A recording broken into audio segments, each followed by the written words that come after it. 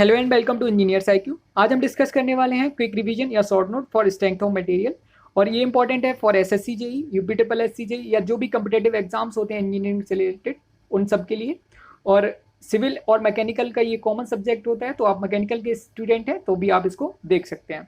तो स्टार्ट करने से पहले मैं आपको बता दूं, अगर आप इसकी PDF चाहते हैं तो आपको जाना होगा टेलीग्राम ऐप पर। वहाँ पर सर्च कीजिए इंजीनियर्स IQ, उस ग्रुप को ज्वाइन कीजिए और वहाँ पर आपको मेरे द्वारा बनाई गई सारी लेक्चर्स की PDF मिल जाएंगी।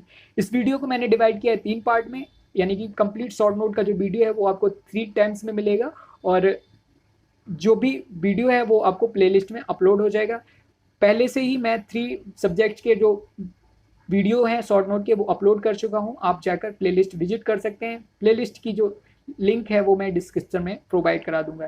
तो चलिए स्टार्ट करते हैं आज का हमारा वीडियो।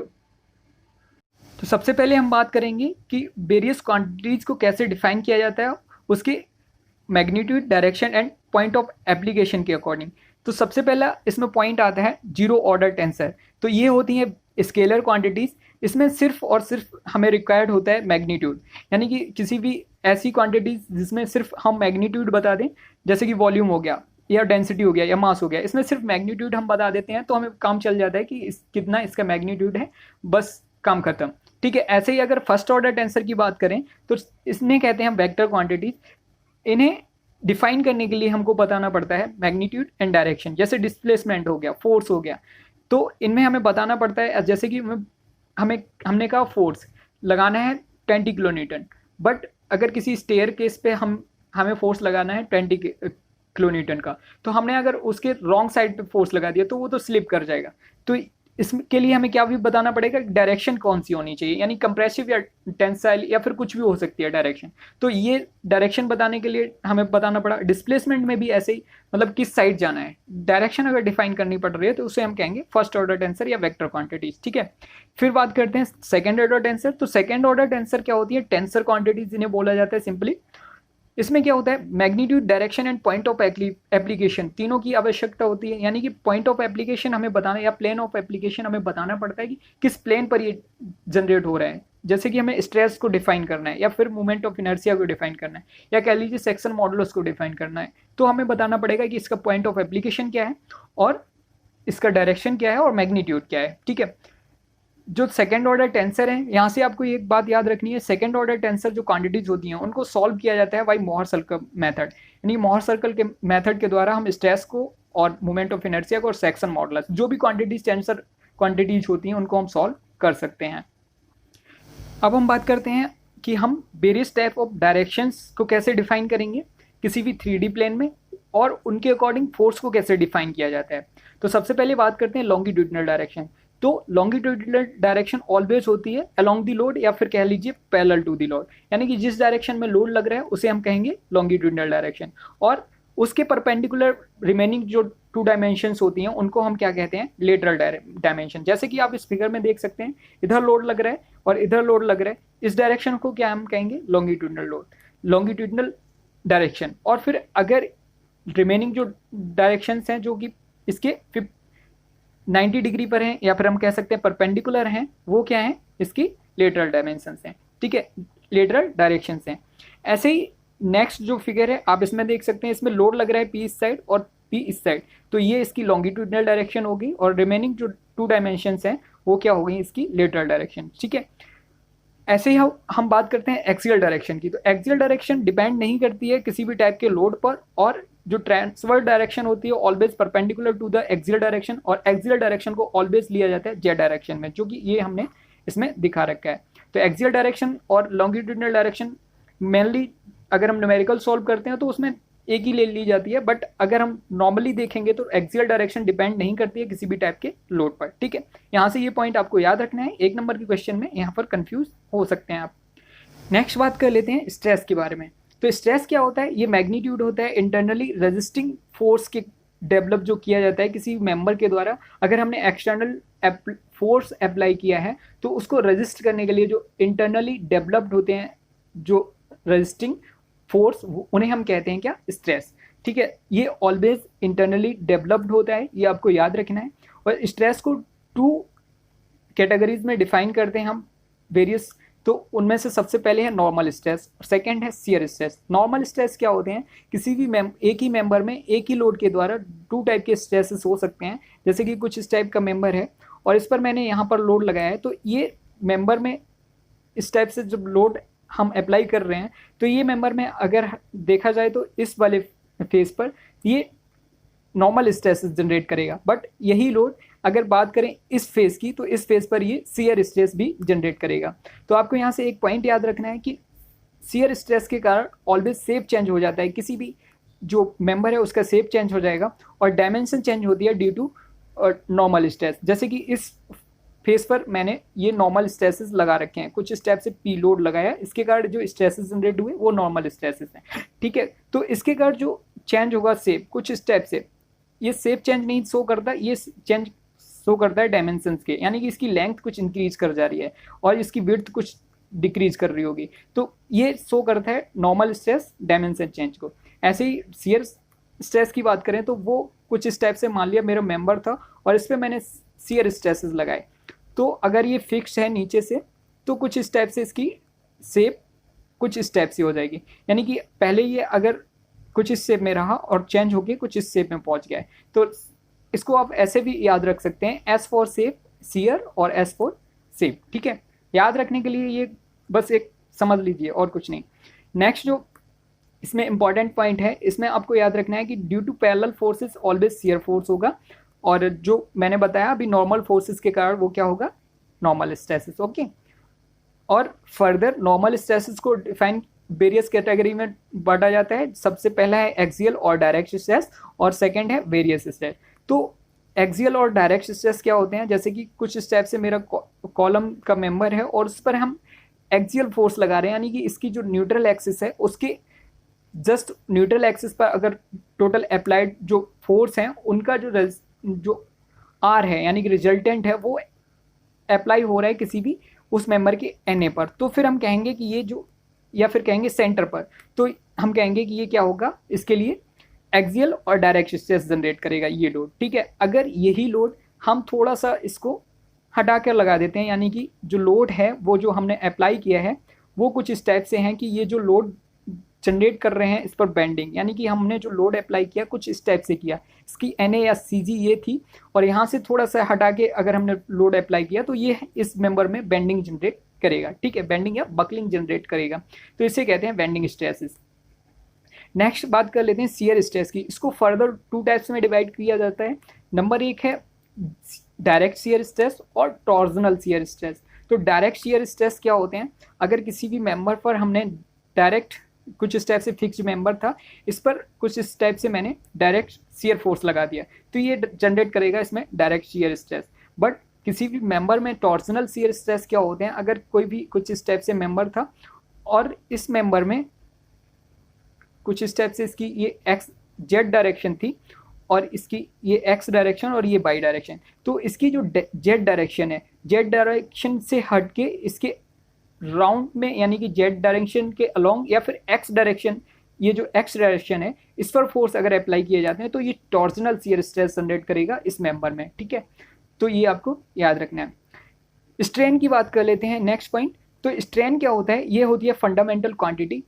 फंडामेंटल क्वांटिटीज़ क्या होती हैं, वो क्वांटिटीज़ जिनको डिफाइन करने के लिए सिर्फ और सिर्फ फंडामेंटल क्वांटिटीज़ की ज़रूरत पड़ती है, या फिर उनको डिफाइन करने के लिए या फिर उनकी कोई क्वांटिटी या फिर कह सकते हैं कि उनको डिफाइन करने के लिए सिर्फ और सिंगल डायमेंशन की ज़रूरत पड़ती है, या फिर उनकी कोई डायमेंशन होती ही नहीं है। जैसे स्ट्रेन की बात करें तो इसमें डेल्टा L/L होता है, ये यूनिटलेस है, फिर भी ये फंडामेंटल क्वांटिटीज़ कैसे हो गए, क्योंकि इसको डिफाइन करने के लिए सिर्फ और सिर्फ लेंथ यानी कि मीटर की ज़रूरत पड़ रही है, और लेंथ जो होती है वो क्या होती है, ये होती है फंडामेंटल क्वांटिटी। इसीलिए हम इसको कह सकते हैं स्ट्रेन क्या है, फंडामेंटल क्वांटिटी। अगर स्ट्रेस की बात करेंगे तो स्ट्रेस डिराइव्ड क्वांटिटी है, क्योंकि उसमें जो P/A लोड अपॉन एरिया जो लिया जाता है फॉर्मूला उसका, तो उसमें हम यूपर जो फोर्स यानी कि लोड का जो यूनिट है वो न्यूटन और पर mm स्क्वायर इसकी जो यूनिट है ये डिराइव्ड क्वांटिटी है, इसलिए इसको हम डिराइव्ड यूनिट में रखते हैं, ओके। नेक्स्ट जो स्ट्रेन है, स्ट्रेन को भी हम डिफाइन करते हैं, फर्दर 2 पार्ट में डिवाइड करते हैं। फर्स्ट है नॉर्मल स्ट्रेन और शियर स्ट्रेन। अभी मैंने जो बताया आपको स्ट्रेसेस, तो स्ट्रेसेस के लिए जो लोड लगाना पड़ रहा था, सेम अगर नॉर्मल लोड आ रहा है किसी भी मेंबर पर तो वो जनरेट करेगा नॉर्मल स्ट्रेन, और शियर स्ट्रेन अगर शियर लोड लगा रहे हैं तो वो जनरेट करेगा शियर स्ट्रेन, ठीक है। अगर नॉर्मल स्ट्रेन की बात करें तो इसे फर्दर 3 टाइप में डिवाइड किया जाता है, लॉन्गिट्यूडिनल स्ट्रेन, लेटरल स्ट्रेन और वॉल्यूमेट्रिक स्ट्रेन। लेटरल स्ट्रेन की बात करें यानी कि अगर लॉन्गिट्यूडिनल की बात करें तो अलोंग द लोड अगर कुछ डिफॉर्मेशन होता है किसी भी स्ट्रक्चर में तो ये होगा उसका लॉन्गिट्यूडिनल स्ट्रेन। अगर लेटरल स्ट्रेन की बात करें तो ये जिस साइड लोड लग रहा है उस साइड में कोई डिफॉर्मेशन शो नहीं कर रहा है या फिर शो कर रहा है, बट अगर हम लेटरल स्ट्रेन की बात करेंगे तो इन डायमेंशंस में कुछ चेंज हो रहा है, जो उन्हें हम कहेंगे इन डायमेंशंस में जो चेंज होगा वो क्या है, होगा लेटरल स्ट्रेन।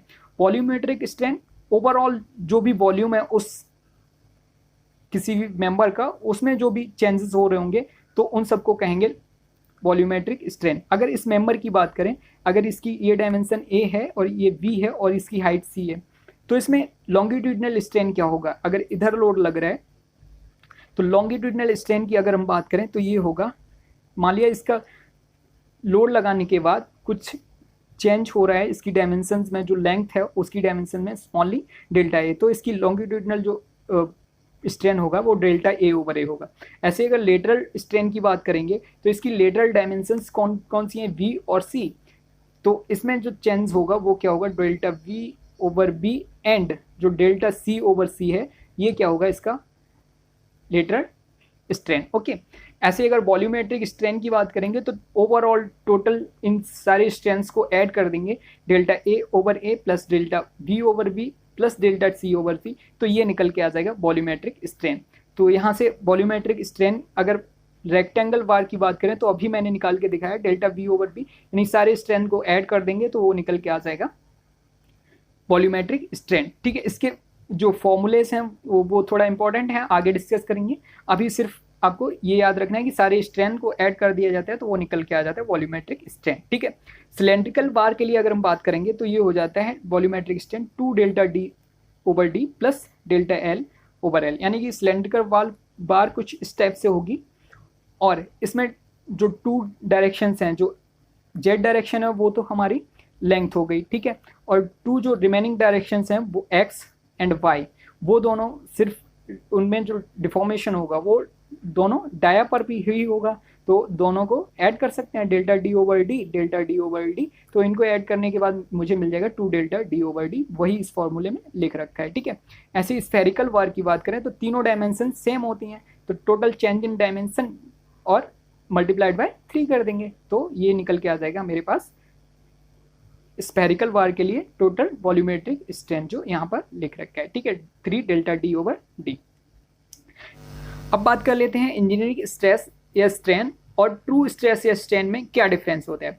तो इंजीनियरिंग स्ट्रेस को डिफाइन करने के लिए आपको चाहिए होता है ओरिजिनल एरिया, और अगर ट्रू स्ट्रेस की बात करें तो इसके लिए चाहिए होता है इंस्टेंटेनियस एरिया, यानी कि अगर कोई भी मान लिया मेरे पास स्टील रॉड है और उसको मैं इलोंगेट करने की कोशिश करता हूँ कुछ इस टाइप से लोड लगाकर, तो अब कुछ इसकी डायमेंशंस में कुछ ना कुछ चेंज आता है, ये कुछ इस टाइप से थोड़ा सा पतली हो गई होगी इस लोड के कारण, ठीक है।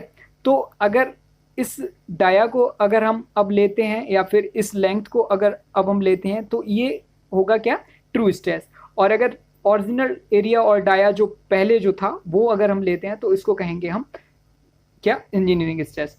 तो डिफरेंस आई होप समझ में आ गया होगा। तो ऐसे इसके फॉर्मूले देख लेते हैं। सबसे पहला है इंजीनियरिंग स्ट्रेस या स्ट्रेन का, स्ट्रेस का formula force upon original area जो अभी मैंने बताया, और स्ट्रेस अगर ट्रू स्ट्रेस की बात करें तो ये होता है sigma T equals force upon instantaneous area, ठीक है। ऐसे स्ट्रेन की बात करेंगे तो change in dimension upon original dimension, और यहाँ पर change in dimension upon instantaneous dimension, ठीक है। फॉर्मूला सेम है, बस आपको ये याद रखना है कि ट्रू स्ट्रेस और स्ट्रेन में लिया जाता है instantaneous dimension and instantaneous area, और जबकि इंजीनियरिंग स्ट्रेस और स्ट्रेन की बात करेंगे तो उसमें ओरिजिनल डायमेंशंस ली जाती हैं, ओरिजिनल एरिया लिया जाता है, ठीक है।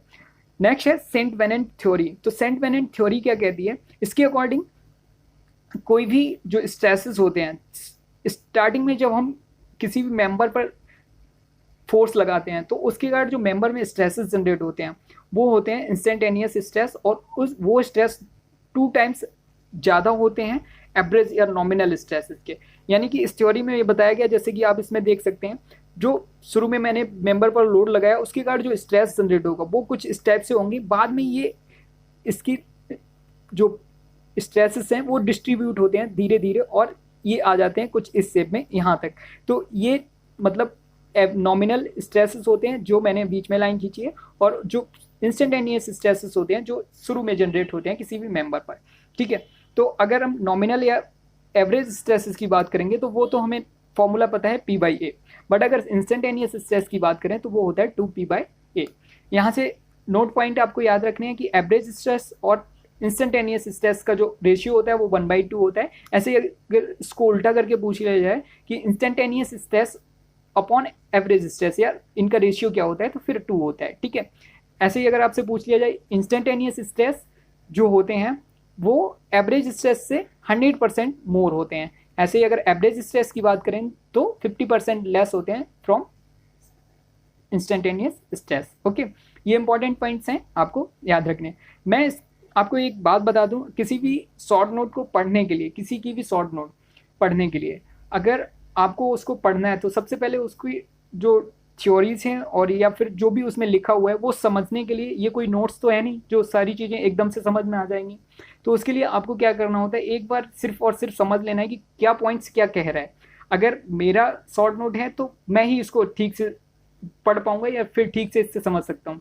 अगर आपको समझना है तो आपको ये देखना पड़ेगा कि इसमें क्या क्या चीज़ें जो हैं वो लिखी किस पर्पज से गई हैं। जैसे कि इसमें सारी चीज़ें शॉर्ट में रहती हैं तो सारा कुछ डिटेल में लिखा नहीं होता है। लैंग्वेज हो सकता है कि यहाँ पे सारी हो सकता है कुछ मिस्टेक हो, तो ये सारी चीज़ें इसमें रहती हैं। तो इसके लिए आपको क्या करना है, सिर्फ और सिर्फ एक बार ओरली देखते जाना है कि जो भी पॉइंट्स जो लिखे हैं वो क्या कहना चाहता है एक्चुअली ये शॉर्ट नोट। तो बस बाकी जो इंपॉर्टेंट जो पॉइंट्स हैं वो एग्जाम से ओरिएंटेड हैं, और आपको फिर से जब रिवाइज करना होगा तो इस वीडियो की ज़रूरत नहीं है, आप आराम से देख सकते हैं। अगर कुछ समझना है, कुछ पॉइंट्स जो समझ नहीं आ रहा है इसमें, तो फिर वीडियो आपको प्रेफर करना पड़ेगा। ठीक है, तो शॉर्ट नोट से यही फ़ायदा है, सिर्फ एग्जाम से पहले आप अगर इसको उठाएंगे 2 घंटे में रिवाइज हो जाएगा अगर आपने पहले पढ़ रखा है और जो हमें करना होता है एग्जाम से पहले। ठीक है, तो नेक्स्ट बात कर लेते हैं प्रेशर और स्ट्रेसेस में क्या डिफरेंस होते हैं। तो सबसे पहले बात करते हैं कि जो प्रेशर होता है वो मैंने अभी थोड़ी देर पहले बताया था, जो लोड अप्लाई किया जाता है वो एक्सटर्नली अप्लाइड किया जाता है, और जो स्ट्रेस जनरेट होते हैं वो इंटरनली डेवलप्ड होते हैं। ठीक है, तो ऐसे ही प्रेशर जो होता है वो एक्सटर्नली अप्लाई किया जाता है और जो स्ट्रेस होंगे वो इंटरनली डेवलप्ड होंगे। प्रेशर जो है वो स्केलर क्वांटिटी है, जबकि अगर स्ट्रेस की बात करें पहले ही बता चुका हूँ सेकंड ऑर्डर टेंसर क्वांटिटी है, या फिर टेंसर क्वांटिटी भी इसको हम नॉर्मली कहते हैं। ठीक है, प्रेशर फोर्स जो होते हैं ऑलवेज नॉर्मल होते हैं, और स्ट्रेस जो होते हैं वो नॉर्मल और शियर स्ट्रेस, किसी भी एक ही फोर्स के लिए नॉर्मल और शियर स्ट्रेस दोनों जनरेट हो सकते हैं। अगर बात करें प्रेशर के फॉर्मूला की तो force upon area perpendicular to the force, ये होता है इसका फॉर्मूला। और अगर बात करें स्ट्रेसेस की तो नॉर्मल स्ट्रेस तो सेम यही फॉर्मूला रहेगा, बट अगर शियर स्ट्रेस की बात करेंगे तो ये चेंज हो जाएगा, force upon area parallel to the force. यानी कि अगर इस फिगर की बात करें तो इसमें जो लोड P अप्लाई हो रहा है इस फेस पर, तो इसके लिए जो पैरेलल जो फेस जो आपको ये दिख रहे हैं सेकेंड एंड थर्ड, तो इन पर जो शियर स्ट्रेस जनरेट होंगे वो P/A2 और P/A3 होंगे। अगर नॉर्मल स्ट्रेस की बात करेंगे तो वो सेम होगा P/A1, और प्रेशर भी सेम होगा P/A1। ठीक है, तो ये थे डिफरेंस। नेक्स्ट बात कर लेते हैं बियरिंग स्ट्रेस की। तो बियरिंग स्ट्रेसेस क्या होते हैं, वो स्ट्रेसेस जो 2 डिफरेंस टाइप के जो मेंबर होते हैं उनका क्रॉस सेक्शन एरिया जो साइज होगा वो चेंज होता है, मतलब अलग अलग होता है, और जो कंप्रेशन एक्सर्ट करते हैं एक दूसरे पर, तो वहाँ पर जो स्ट्रेसेस जनरेट होंगे तो वो क्या होंगे, बियरिंग स्ट्रेसेस होंगे। ठीक है, तो कुछ इंपॉर्टेंट प्रॉपर्टीज़ हैं मटेरियल्स की, उनको डिस्कस कर लेते हैं। सबसे पहले है इलास्टिसिटी। तो इलास्टिसिटी क्या होता है, जिसके कारण किसी भी मेंबर में जो ओरिजिनल डायमेंशन है वो रिगेन कर लेता है कोई भी मेंबर, वो उसका जो गुड है, उसकी जो प्रॉपर्टी है वो क्या कहलाता है, इलास्टिसिटी। ठीक है, यानी कि मैंने किसी मेंबर पर लोड अप्लाई किया और उसके बाद उसमें कुछ डायमेंशंस में चेंज हुए, और आफ्टर रिमूवल ऑफ लोड वो अपनी लास्ट पोजीशन में आ जाता है, लास्ट डायमेंशंस गेन कर लेता है, तो उसे हम कहते हैं इलास्टिसिटी। ठीक है, सेकंड है प्लास्टिसिटी। तो प्लास्टिसिटी क्या होता है, इसके कारण जो इस प्रॉपर्टी के कारण मटेरियल जो होता है या फिर मेंबर जो होता है उसकी ओरिजिनल डायमेंशंस में वापस नहीं आ पाता है। यानी कि हमने किसी भी मेंबर पर एक्सर्ट किया फोर्स और उसके बाद आफ्टर रिमूवल ऑफ लोड, जब हम लोड हटा देंगे उसके बाद भी वो सेम उसी पोजीशन में रहता है, या फिर थोड़ा मोड़ा कह सकते हैं कि थोड़ा सा सेफ रिगेन करता है, बट पूरी तरह से एग्जैक्ट जो पहले डायमेंशंस थी उसमें नहीं आ पाता। इसे क्या कहते हैं? प्लास्टिसिटी। ठीक है। थर्ड में क्या है? डक्टिलिटी। डक्टिलिटी क्या होता है? डक्टिलिटी होती है due to which it can be drawn in thin wires. यानी कि हम किसी भी मटेरियल में प्रेशर एक्सर्ट कर रहे हैं या फिर इसमें हम टेंशन एक्सर्ट कर रहे हैं और उसके बाद वो थिन वायर्स में कन्वर्ट हो जा रहा है, तो ऐसे मटेरियल को क्या कहेंगे? उसकी प्रॉपर्टी को डक्टिलिटी। ठीक है। और ऐसे मटेरियल को कहेंगे डक्टाइल मटेरियल। और डक्टिलिटी में क्या होता है? क्रॉस सेक्शन एरिया डिक्रीज करता है। जैसे कि मैं मान लेता हूँ ये मेरे पास कुछ स्टील रॉड थी और इस पर मैंने टेंशन फोर्स एक्सर्ट किए। आफ्टर एप्लीकेशन ऑफ लोड ये कुछ स्टेप से पतली वायर में कन्वर्ट हो जाएगी। इसका क्रॉस सेक्शन एरिया आप देख सकते हैं चेंज हो रहा है। ठीक है, डिक्रीज कर रहा है। तो ये आपको पॉइंट याद रखना है। ऐसे ही फोर्थ पॉइंट है मेलिएबिलिटी। तो मेलिएबिलिटी क्या होता है? मेलिएबिलिटी से आप मेलेट को याद रख सकते हैं, यानी कि हमें कंप्रेशन फोर्स एक्सर्ट करना है किसी भी मेंबर पर और इतना कंप्रेशन फोर्स एक्सर्ट करें जिससे कि वो ड्रॉन एक थिन सीड में कन्वर्ट हो जाए। यानी कि कोई भी इस टाइप से सीड थी पतली सी और इस पर हम कंप्रेशन फोर्स लगा रहे हैं, हो सकता है ये रिवर्सल ऑफ स्ट्रेसेस के कारण हो, तो हमने रिवर्सल ऑफ लोड इस पर जब लगाया तो ये कंप्रेस होकर कुछ स्टेप से थिन सीड में कन्वर्ट हो गई। तो ये थिन सीड में जब कन्वर्ट होगी तो इसे हम क्या कहेंगे? इस प्रॉपर्टी को मेलिएबिलिटी। ठीक है। इसके कारण इसका कोई भी क्रॉस सेक्शन एरिया अफेक्टेड नहीं होता है। ये चीज़ आपको याद रखनी है। कैसे क्रॉस सेक्शन एरिया अफेक्टेड नहीं होता है?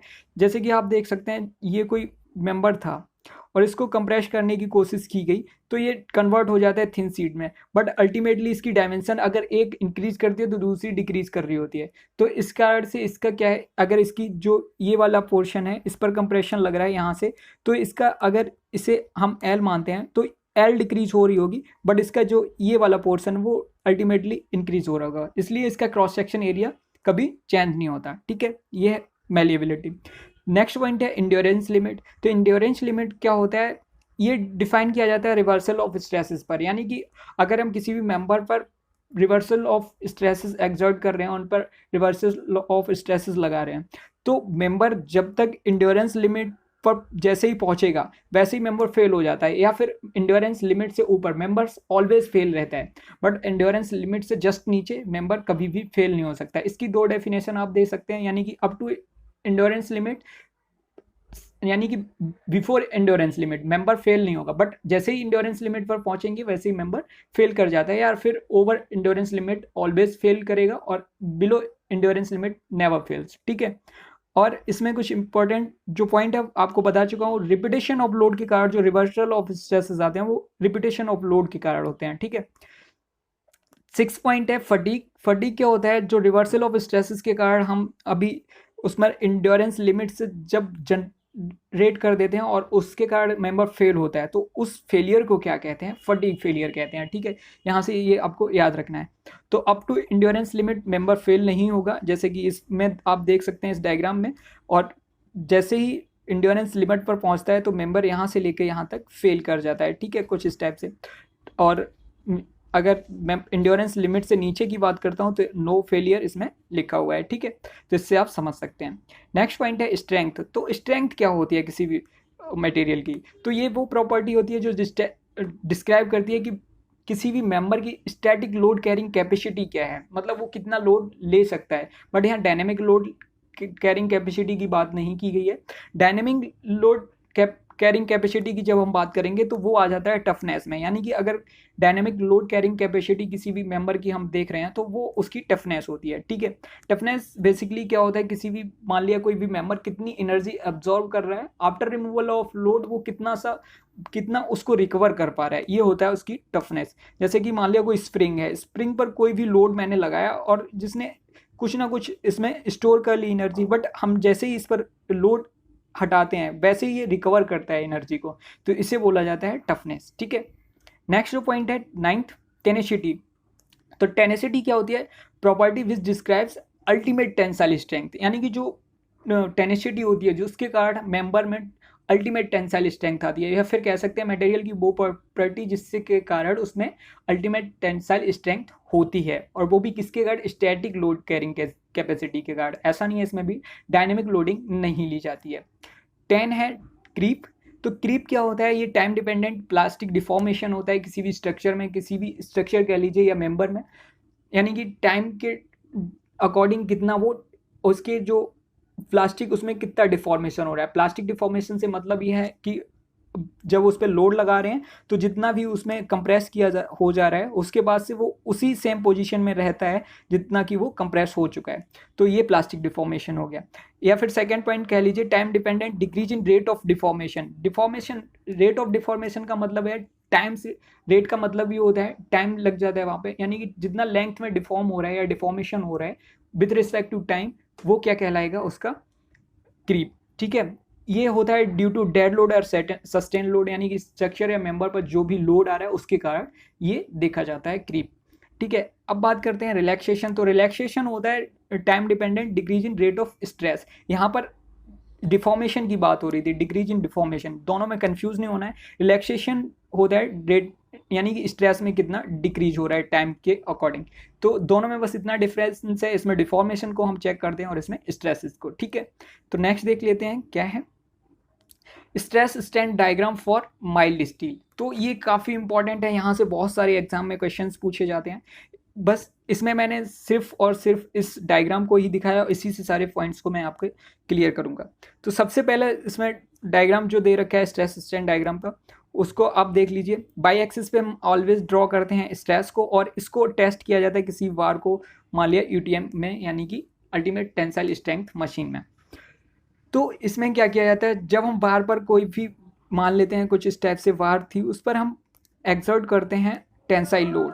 तो टेंसाइल लोड धीरे धीरे इंक्रीज करते जाते हैं, जिसके कारण इसमें स्ट्रेस जनरेट होते हैं। जब स्ट्रेस जनरेट होंगे तो कुछ ना कुछ स्ट्रेन भी होगा, जब इसको इलांगेट करेंगे तो थोड़ा बहुत स्ट्रेन भी होगा। तो इसको हम फिर ड्रॉ कर लेते हैं एक डायग्राम पर, या उसे कहते हैं हम स्ट्रेस स्ट्रेन डायग्राम। ठीक है, तो इलास्टिक मटेरियल के लिए या फिर डक्टाइल मटेरियल के लिए ये डायग्राम है। तो इसके कुछ इंपॉर्टेंट पॉइंट्स हैं जो हम देख लेते हैं। जैसे कि सबसे पहले जो प्रोपोर्शनल लिमिट जो आती है, उसके बाद आती है इलास्टिक लिमिट, फिर प्लास्टिक लिमिट, फिर उसके बाद अपर यील्ड पॉइंट, फिर लोअर यील्ड पॉइंट, और उसके बाद अल्टीमेट लिमिट, और उसके बाद फ्रैक्चर, यानी कि यहाँ पर आकर मेंबर फेल हो जाता है। तो इसमें कुछ सबसे पहला है प्रोपोर्शनल लिमिट। तो up to proportional limit Hooke's law valid होता है, सबसे पहला पॉइंट ये आपको याद रखना है। ठीक है, और up to proportional limit member में ऑलवेज नॉर्मल स्ट्रेसेस होते हैं, यानी कि यहाँ तक जो स्ट्रेसेस जनरेट हो रहे होते हैं उस मेंबर में, उसमें नॉर्मल स्ट्रेसेस होते हैं।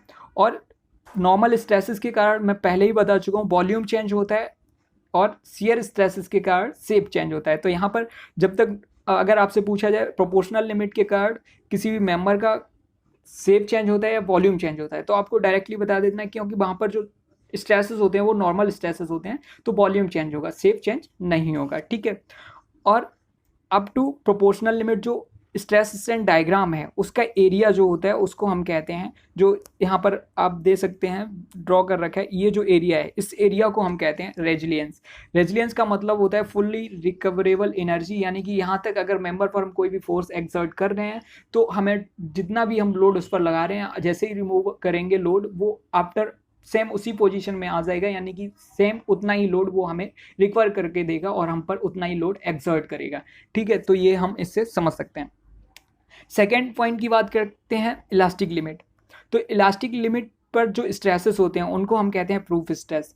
ठीक है, और अप टू इलास्टिक लिमिट जो स्ट्रेस स्ट्रेन डायग्राम होता है उसके एरिया को हम कहते हैं इस प्रूफ रेजिलियंस। ये जो एरिया है इसे हम कहते हैं प्रूफ रेजिलियंस। इसमें नहीं लिख रखा है लेकिन आप याद रखना, अप टू इलास्टिक लिमिट जो स्ट्रेस स्ट्रेन डायग्राम का एरिया होता है उसे क्या कहते हैं हम, प्रूफ रेजिलियंस। ठीक है, अब नेक्स्ट बात करते हैं प्लास्टिक लिमिट की। तो जैसे ही हम प्लास्टिक लिमिट में पहुंचते हैं तो यहाँ पर क्या होता है, मेंबर जो होता है वो वापस से थोड़ा जो कुछ स्टेप से मैंने मान लिया मेंबर था उस पर एक्सर्ट कर रहे थे फोर्स, तो यहाँ से मेंबर पर फोर्स एक्सर्ट करने के बाद यहाँ पर रिकवरेबल एनर्जी मिनिमम होती है, यानी कि यहाँ के बाद प्लास्टिक डिफॉर्मेशन स्टार्ट हो जाता है।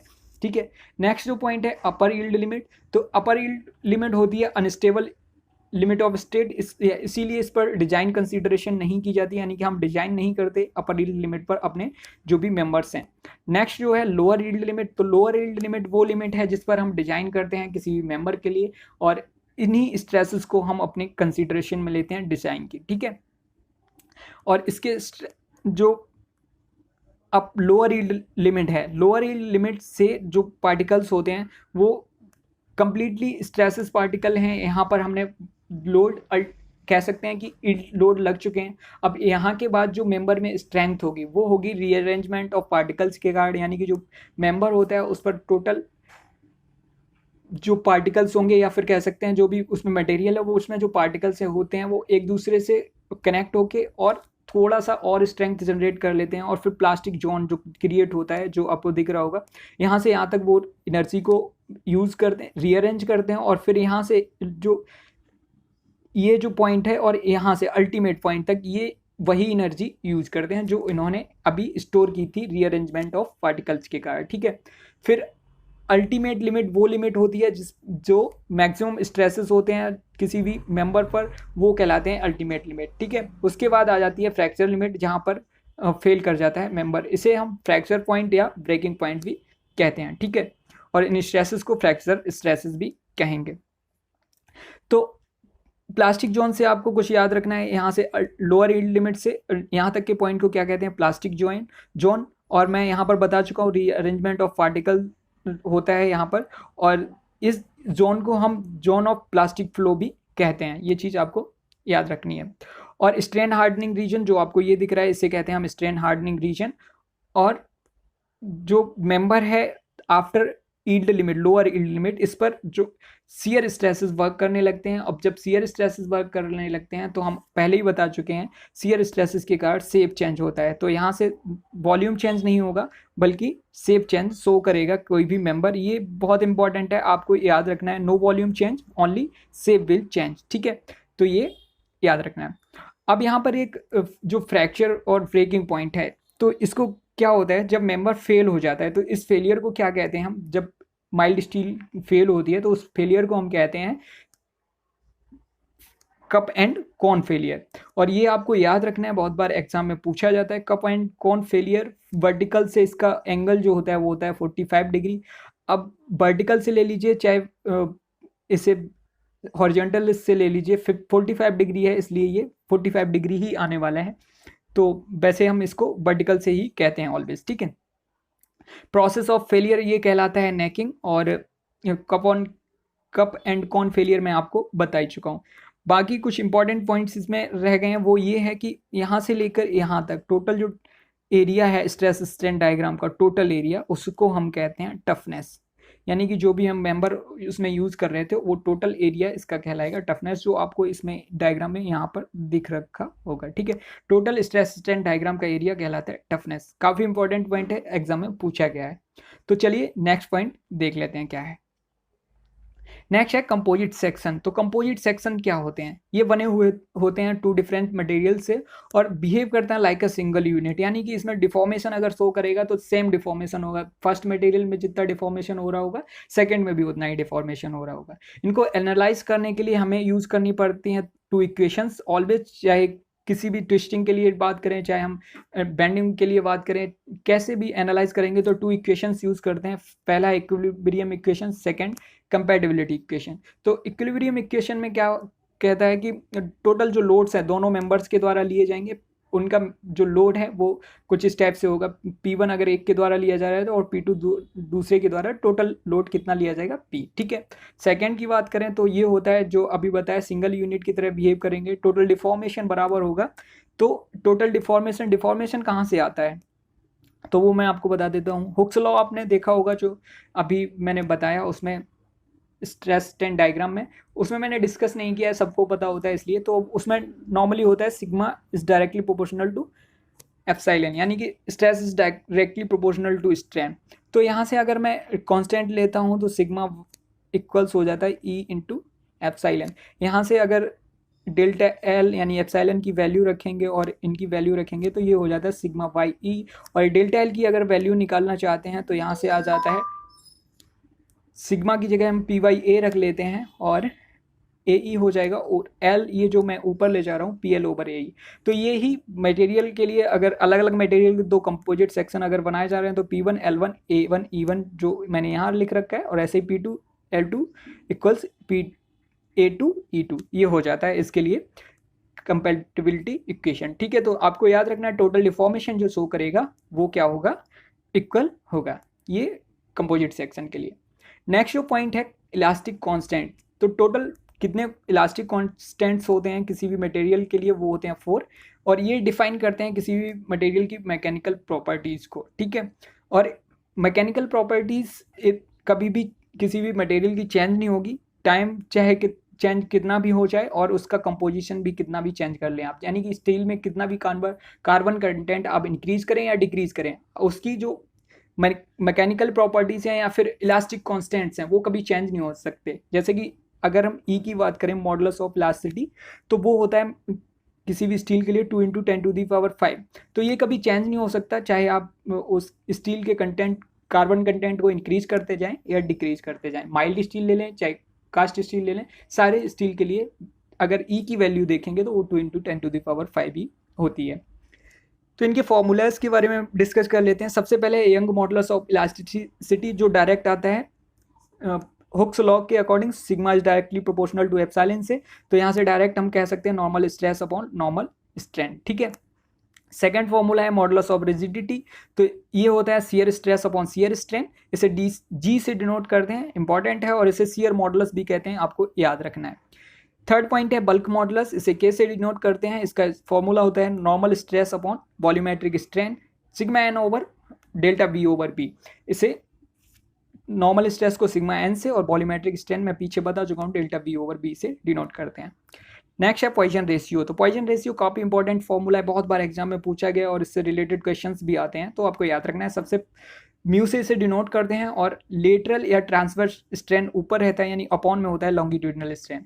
देखिए लेटरल और ट्रांसवर्स और लॉन्गिट्यूडिनल और एक्सियल इनमें डिफरेंस है, लेकिन वो डिफरेंस इस फॉर्मूले में नहीं होगा क्योंकि हम नॉर्मली लॉन्गिट्यूडिनल लोड या एक्सियल लोड एक ही मान लेते हैं। ठीक है, बट थोड़ा सा डिफरेंस है क्योंकि एक्सियल लोड डिपेंड नहीं करता है किसी भी टाइप के, एक्सियल डायरेक्शन डिपेंड नहीं करता है किसी भी टाइप के लोड पर, जबकि लॉन्गिट्यूडिनल डायरेक्शन उस डायरेक्शन को कहते हैं जिधर की किसी भी मेंबर पर लोड एक्सर्ट होता है।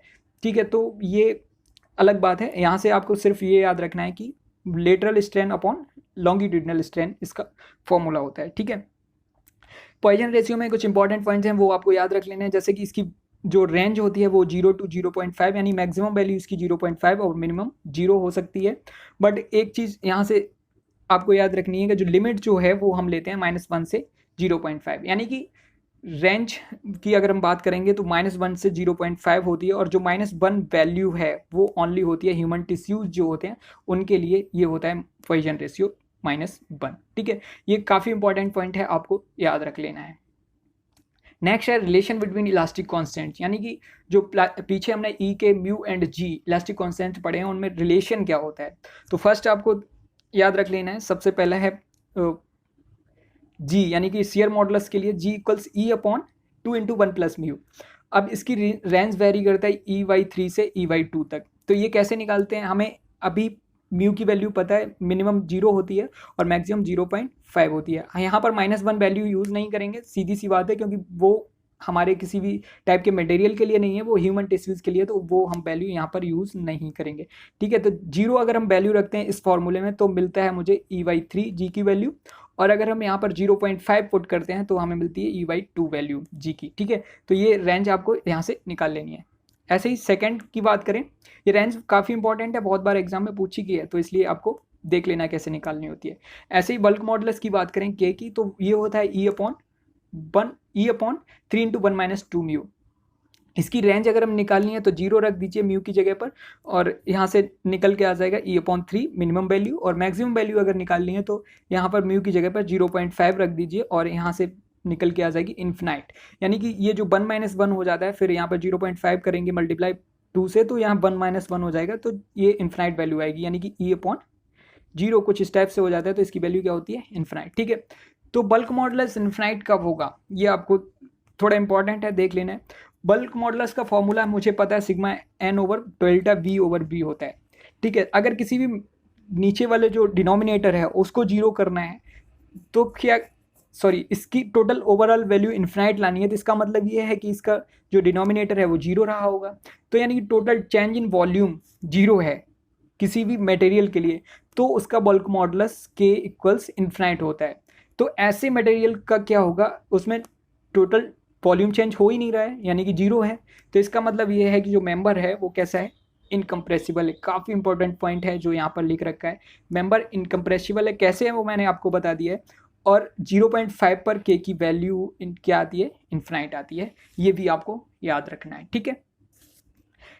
नेक्स्ट पॉइंट है म्यू, यानी कि जो पॉइजन रेशियो का फॉर्मूला है 3k-2g अपॉन 6k+2g। इसको याद रखने के लिए आप ऐसे याद रख सकते हैं, डायरेक्टली k इक्वल्स जी पुट कर दीजिए इस फॉर्मूले में, और यहाँ पर मुझे वैल्यू मिल जाएगी 1/8। यानी कि याद रखने के लिए आपको सिर्फ रखना है कि म्यू की वैल्यू जो होती है वो होती है 1/8। ये 1/8 कुछ फिजिबल नहीं है, मतलब कुछ ऐसा याद करने के लिए आप रख सकते हैं कि जो म्यू की वैल्यू है 1/8 होती है। इसलिए इससे कंफ्यूज नहीं होंगे कि माइनस कहाँ पे था, ऊपर था या माइनस था, नीचे था। तो इसलिए आप याद रख सकते हैं 3k-2g अपॉन 6k+2g, ठीक है, कुछ इस टाइप से।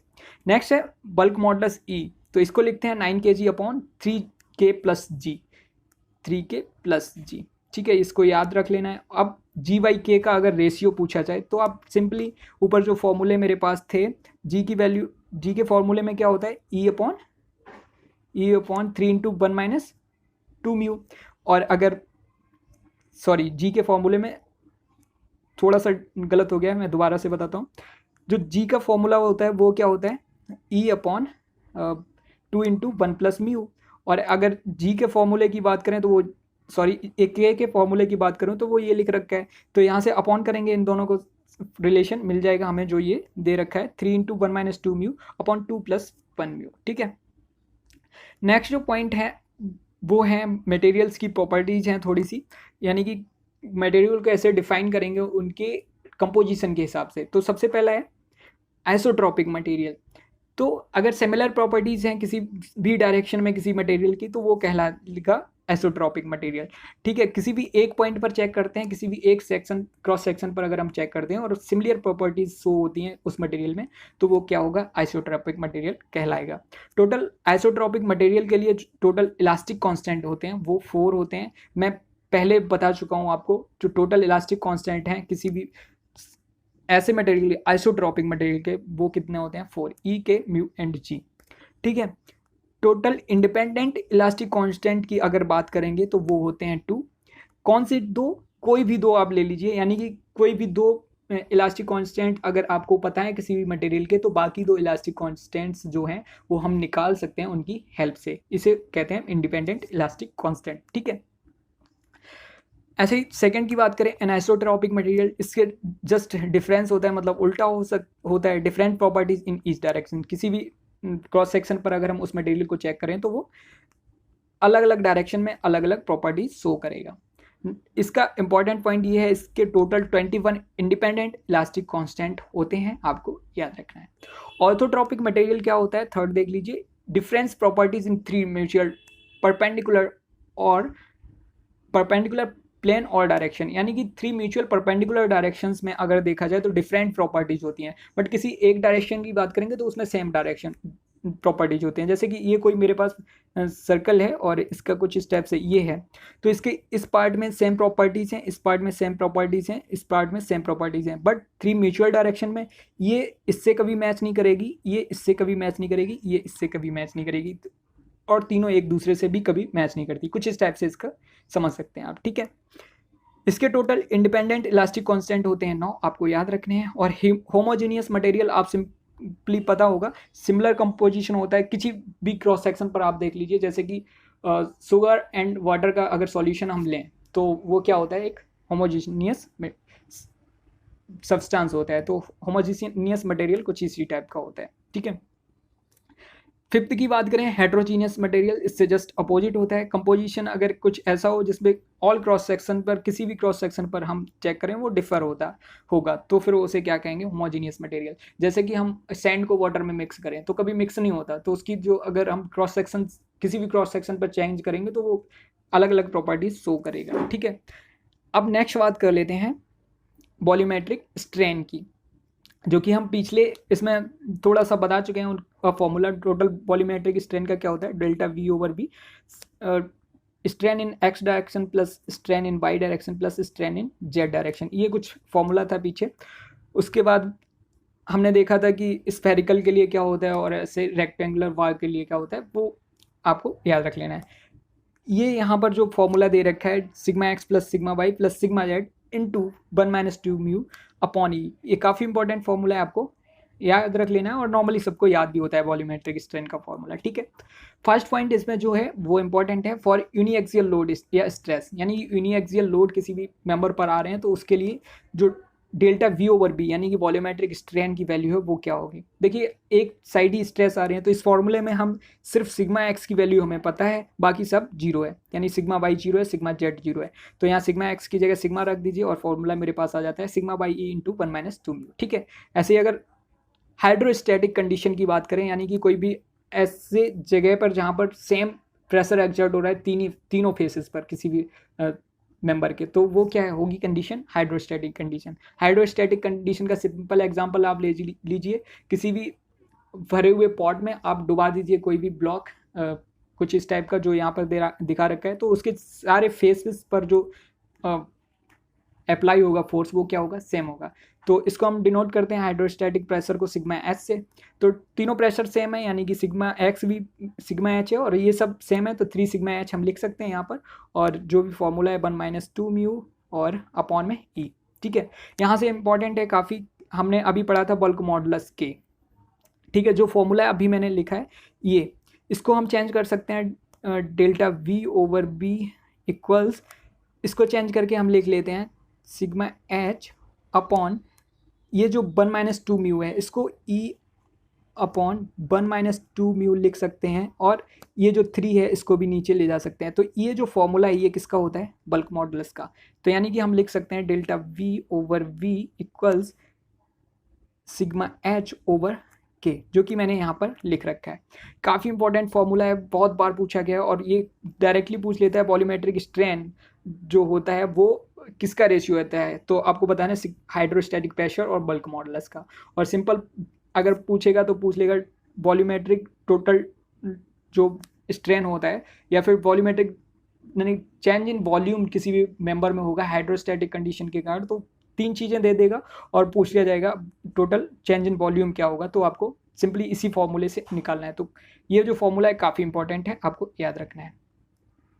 नेक्स्ट है deformation in bar due to self weight. यहाँ सेल्फ वेट के कारण पूछा गया है। नॉर्मली वेट के कारण मतलब अगर हम उस पर लोड लगा रहे हैं उसके कारण जो चेंज इन डायमेंशन या फिर कह लेंगे टोटल डिफॉर्मेशन होगा, उसका फॉर्मूला हमें पता है डेल्टा एल इक्वल्स होता है पी एल ओवर ए ई, जो मैंने अभी निकाल के दिखाया था हुक्स लॉ से, यानी कि stress is directly proportional to strain से। लेकिन अगर बात करें सेल्फ वेट के कारण इसमें डिफॉर्मेशन क्या होगा, तो वो होता है इसका जस्ट आधा, इसमें 2 लगा दीजिए नीचे और कुछ नहीं करना है, तो बस आपको फॉर्मूला मिल जाएगा जो यहाँ पर लिख रखा है delta L equals P L over 2 ए। पी की जगह वहाँ डब्ल्यू लिखा है, कोई इश्यू नहीं है, क्योंकि लोड को पी से डिनोट कर लीजिए, डब्ल्यू से डिनोट कर लीजिए, कोई प्रॉब्लम नहीं है, ठीक है। ऊपर जो फॉर्मूला है डब्ल्यू एल स्क्वायर ओवर 2 ई, तो इसको कैसे निकाला जाता है, आप सिंपली लिख सकते हैं ए एल का मल्टीप्लाई कर लेते हैं हम बोथ साइड में, यानी कि डिनोमिनेटर और न्यूमरेटर दोनों में, तो फिर यहाँ से मिल जाएगा हमें पी एल स्क्वायर ओवर 2 ई। यहाँ मैंने वी क्या है, वॉल्यूम है, क्योंकि ए और एल का मल्टीप्लाई ये वॉल्यूम बन जाएगा, और डब्ल्यू बाई बी, पी को मैं डब्ल्यू लिख लेता हूँ, डब्ल्यू बाई बी ये क्या होता है, गामा, जो कि होता है यूनिट वेट ऑफ मटेरियल, यानी कि हम लिख सकते हैं गामा एल स्क्वायर ओवर 2 ई। ये फॉर्मूला आप ऐसे निकाल सकते हैं, देख सकते हैं, ठीक है। तो दोनों फॉर्मूला इंपॉर्टेंट हैं, आपको याद रखने हैं, और मैं पहले ही बता चुका हूँ half of due to self load, sorry due to applied weight, यानी कि हमने जो फॉर्मूला अभी बताया था वो भी ऐसे ही बताया था कुछ, कि आधा होता है सेल्फ वेट का जो डिफॉर्मेशन होता है अगर उस पर लोड लगाया जाए उसका, ठीक है। नेक्स्ट जो पॉइंट है नॉन प्रिज्मेटिक बार, यानी कि नॉन प्रिज्मेटिक बार, प्रिज्मेटिक बार होती क्या है, तो आप कह सकते हैं ऐसी वार जिसका क्रॉस सेक्शन एरिया किसी भी सेक्शन पे सेम हो तो वो कहलाएगी प्रिज्मेटिक वार, और अगर क्रॉस सेक्शन एरिया सेम नहीं है हर एक जगह पर तो फिर वो होगी नॉन प्रिज्मेटिक वार, जो फिगर में आप देख सकते हैं। ठीक है, इसके लिए अगर डिफॉर्मेशन की बात करेंगे तो वो होता है gamma L square over C 6E, और ये भी होता है half of delta L due to applied load, यानी कि लोड अप्लाइड करने के लिए अगर फॉर्मूला हम निकालेंगे तो वो होता है gamma L square over 3E, but अगर निकालेंगे इसके लिए ड्यू टू सेल्फ वेट तो वो होता है 6E। तो देख सकते हैं ऑलरेडी 2 टाइम्स लेस है। ओके, नेक्स्ट जो डिफॉर्मेशन है वो है ड्यू टू अप्लाइड लोड किसी भी टेपर्ड बार में, यानी कि टेपर्ड बार में अगर लोड अप्लाई किया जाएगा तो उसके लिए डिफॉर्मेशन क्या होगा। तो फॉर्मूला जैसे कि हमें पता है PL ओवर AE होता है किसी भी डिफॉर्मेशन के लिए, तो मैं लिख लेता हूँ delta L equals PL over AE। ठीक है, अब इस फॉर्मूले में एक ही जगह किसी भी टेपर्ड बार के लिए एरिया अगर लिखेंगे तो वो क्या होता है पाई D स्क्वायर।